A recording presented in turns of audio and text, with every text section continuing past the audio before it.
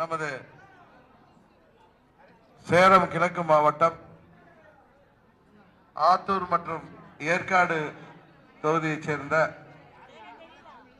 நமது சின்ன கல்ராயன் மலை வடக்கு நாடு ஊராட்சி, தெற்கு நாடு ஊராட்சி, பெரிய கல்ராயன் மலை கீழ்நாடு, பெரிய கல்ராயன் மலை மேல்நாடு பகுதியைச் சேர்ந்த பெரியவர்களே, தாய்மார்களே, இளைய சமுதாயமே, இன்றைக்கு நடைபெறுகின்ற நமது ஆர் ராமர் மற்றும் திருமதி ஆர் கோவிந்தம்மாள் ஆகியோரது திருமண வரவேற்பு நிகழ்ச்சியிலே கலந்து கொண்டிருப்பதற்கு இந்த இனிய நிகழ்ச்சியிலே தலைமை பொறுப்பு ஏற்றிருக்கின்ற நமது சேலம் கிழக்கு மாவட்ட கழக செயலாளர் எனது அருமை சகோதரர் முன்னாள் சட்டமன்ற உறுப்பினர் வீரபாண்டி செல்வம் அவர்களே, மற்றும் நமது கழகத்தின் தொழில்நுட்ப பிரிவு செயலாளரும் நமது கள்ளக்குறிச்சி சட்டமன்ற உறுப்பினருமாகிய எனது அன்பு தம்பி பிரபு அவர்களே, பெத்தநாயக்கன் பாளையம் வடக்கு ஒன்றிய செயலாளர் PT குமார் அவர்களே, தெற்கு ஒன்றிய செயலாளர் திரு S பெரியசாமி அவர்களே, ஒன்றிய அவைத்தலைவர் திரு NR பழனி அவர்களே, ஒன்றிய துணை செயலாளர் அப்ரோஸ் பாய் அவர்களே, திரு பழனிசாமி அவர்களே, முன்னாள் ஆத்தூர் சட்டமன்ற உறுப்பினர் அன்பு சகோதரர் மாதேஸ்வரன் அவர்களே, மற்றும் இங்கே வருகை புரிந்திருக்கின்ற கழகத்தின் அனைத்து பிரிவுகளையும் சேர்ந்த நிர்வாகிகளே, மணமக்களின் பெற்றோர்களே, உறவினர்களே, நண்பர்களே, உங்கள் அனைவரையும் இன்றைக்கு இங்கே சந்திப்பதிலே நான் மிகவும் மகிழ்ச்சி அடைகின்றேன்.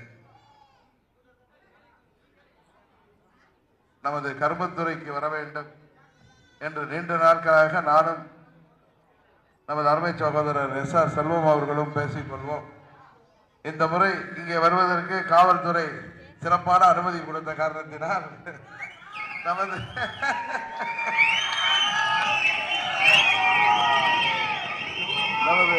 திருமண விழாவிலே கலந்து கொள்வதற்கு வந்திருக்கிறோம். காரணம், இன்றைக்கு ஆட்சியில் இருப்பவர்கள் நம்மை கண்டு பயந்து, அம்மா மக்கள் முன்னேற்ற கழகத்தை கண்டு பயந்து யாரோட கூட்டணி வைத்து பார்க்கிறார்கள். காரணம், இந்த ஆத்தூராக இருக்கட்டும், எல்லா பகுதிகளிலுமே அவர்கள் டெபாசிட் போய்விடுவார்கள் என்று தெரிந்த காரணத்தினால்தான் தமிழ்நாடு முழுவதும் சுற்றி வருகிறேன். எங்கும் இல்லாத அளவிற்கு இங்கே காவல்துறை ஒரு 10 பேரூராட்சிகளிலே நாம் மக்கள் சந்திப்பு சுற்றுப்பயணத்திற்கும் பல இடங்களிலே சுற்றுப்பயணத்திற்கும் ஏதாவது ஒரு காரணம் சொல்லி மறுக்கிறார்கள். சீப்பை ஒழித்து விட்டால் கல்யாணத்தை நிறுத்தி விடலாம் என்று அவர்கள் நினைத்துக் கொண்டிருக்கிறார்கள். இன்றைக்கு வர முடியவில்லை என்றால் தேர்தல் நேரத்திலே வந்து நமது சேலம் மற்றும் கள்ளக்குறிச்சி வேட்பாளர்களுக்கு ஆதரவாக தெரு தெருவாக இங்கே வந்து உங்களை எல்லாம் சந்திப்பேன். இந்த இனிய விழாவிலே கலந்து கொண்டிருக்கின்றீர்கள். நீங்கள் அனைவரும் கள்ளக்குறிச்சி பாராளுமன்ற தொகுதியைச் சேர்ந்தவர்கள். தேர்தல் ஏப்ரல் அல்லது மே மாதத்திலே வந்துவிடும். அதிலே நமது அம்மா மக்கள் முன்னேற்ற கழகத்தின் வேட்பாளரை நீங்கள் ஆத்தூர், ஏற்காடு, கெங்கவெள்ளி தொகுதிகளிலே, அங்கே கள்ளக்குறிச்சி, ரிஷிவந்தியம், சங்கராபுரம் தொகுதிகளிலே வாங்குகின்ற வாக்குகள் அங்கு நிறைய வாக்கு வித்தியாசத்தை காட்டுவார்கள். அதைவே தாண்டி நீங்கள் அதிக வாக்கு வித்தியாசத்தில் இங்கே போட்டி என்பது நமக்கும் வேற கட்சிக்கும் கிடையாது. அவர்களெல்லாம் கூட்டணி கட்சிகளையும் அதையும் சேர்த்து கொண்டு அம்மா அவர்கள் நம்மை விட்டு மறைந்த பிறகு அவருக்கு நினைவு மண்டபம் கட்டக்கூடாது என்று நீதிமன்றம் வரை சென்றவர்களுக்கு அவர்களுடனே கூட்டணி வைக்கின்ற அளவுக்கு அவர்களுடைய நிலைமை இருக்கின்றது. இன்னொரு கட்சி நம்ம எதிர்க்க பயந்து கொண்டு பல கட்சிகளை சேர்த்து கொண்டிருக்கிறார்கள். நாம் தொண்டர்களோடும் மக்களோடும் இருக்கிறோம்.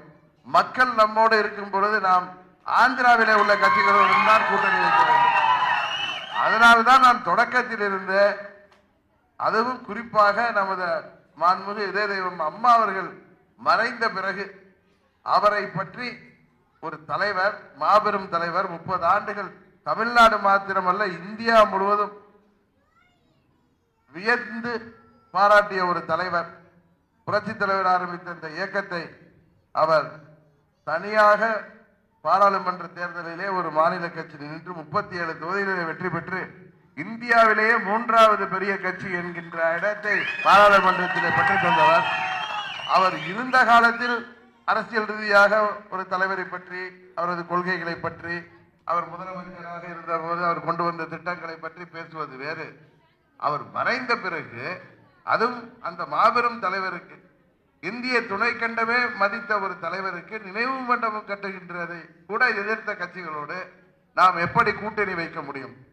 நாம் அம்மா அவர்களை நாம் எல்லாம் நம் குடும்பத்தின் காவல் தெய்வமாக இன்றைக்கு விளங்கி கொண்டிருக்கின்ற அம்மா அவர்களை, அதுவும் அவரது திருவுருவ படத்தை நமது அம்மா மக்கள் முன்னேற்ற கழகத்தின் கொடியிலே வைத்து அவர் பெயரிலே இயக்கம் ஆரம்பித்திருந்து இன்றைக்கு அம்மாவின் தொண்டர்கள் 95% மேல் நம்மோடு இருக்கின்ற இந்த இயக்கம் எப்படி அம்மா அவர்கள் மறைந்த பிறகு அவருக்கு நினைவிடம் கட்டுவதை கூட அவர் ஒரு குற்றவாளி, அவர் இன்றைக்கு இருந்திருந்தால் பெங்களூரு சிறைச்சாலையில இருந்திருப்பார் என்றெல்லாம் சொல்கின்ற அளவுக்கு வன்மத்தையும் குரோதத்தையும் வெளிக்காட்டிய கட்சிகளுடன் எப்படி கூட்டணி அமைக்க முடியும்?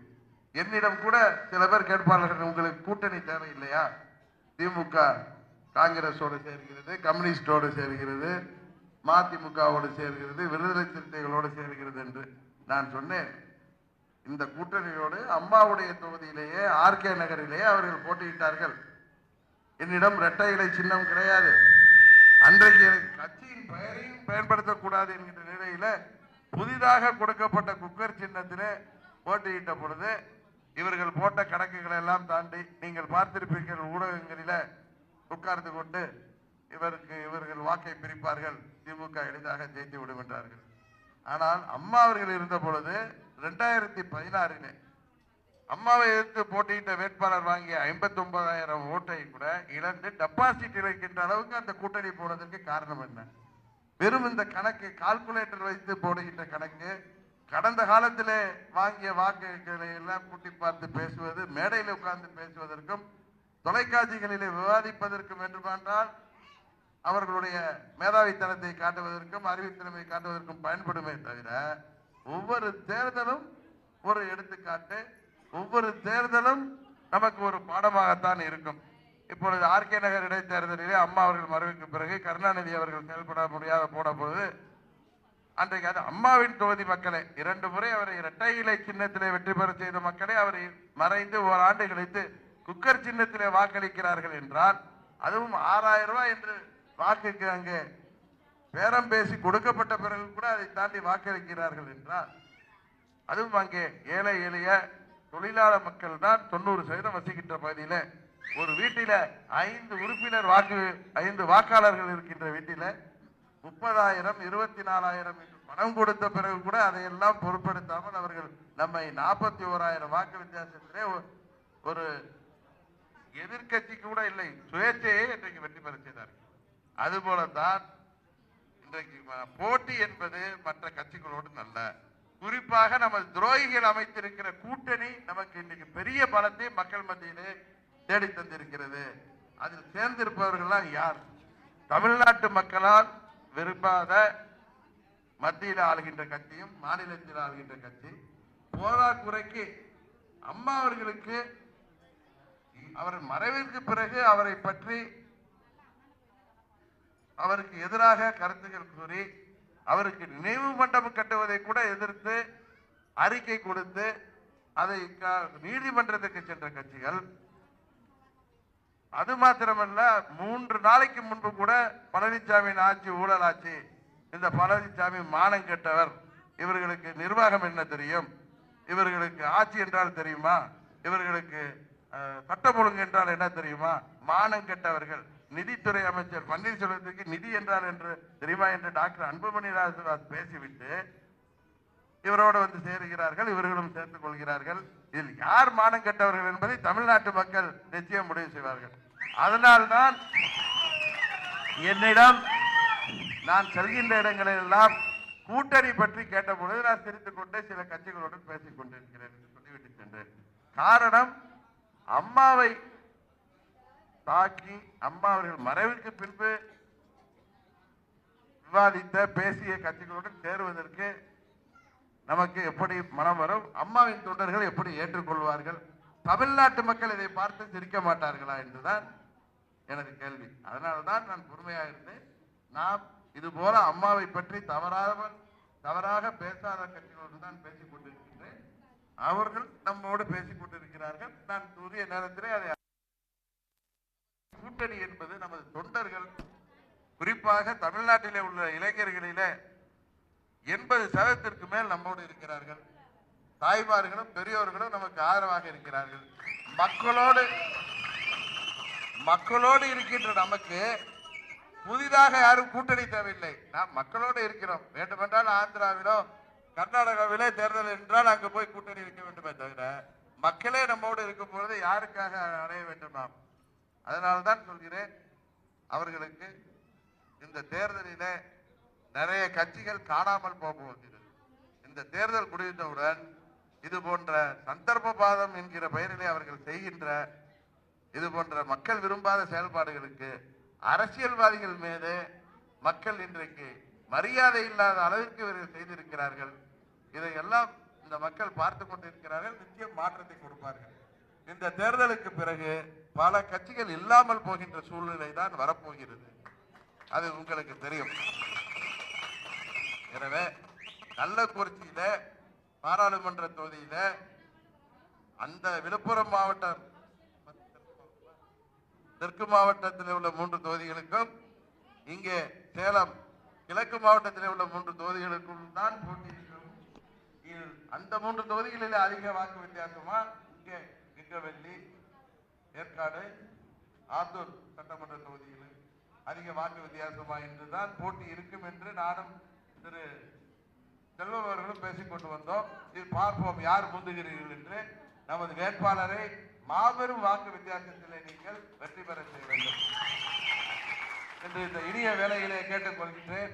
இன்றைக்கு திருமண வரவேற்பு காணும் இந்த மணமக்கள் எல்லா வளமும் பெற்று இறைவன் அருளோடும் அப்பா அவர்களின் ஆட்சியோடும் நமது பொதுச்செயலாளர் அவர்களுடைய நல்வாழ்த்துக்களோடும் 16 பெற்று பெருவாழ்வு வாழ்க என்று வாழ்த்தி அவர்களுக்கு நீண்ட வாயிலும் நல்ல ஆரோக்கியமும் நல்ல மகிழ்ச்சியும் தர வேண்டும் என்று இறைவனை மீண்டும் வணங்கி எனது உரையை முடிக்கின்றேன். நன்றி, வணக்கம்.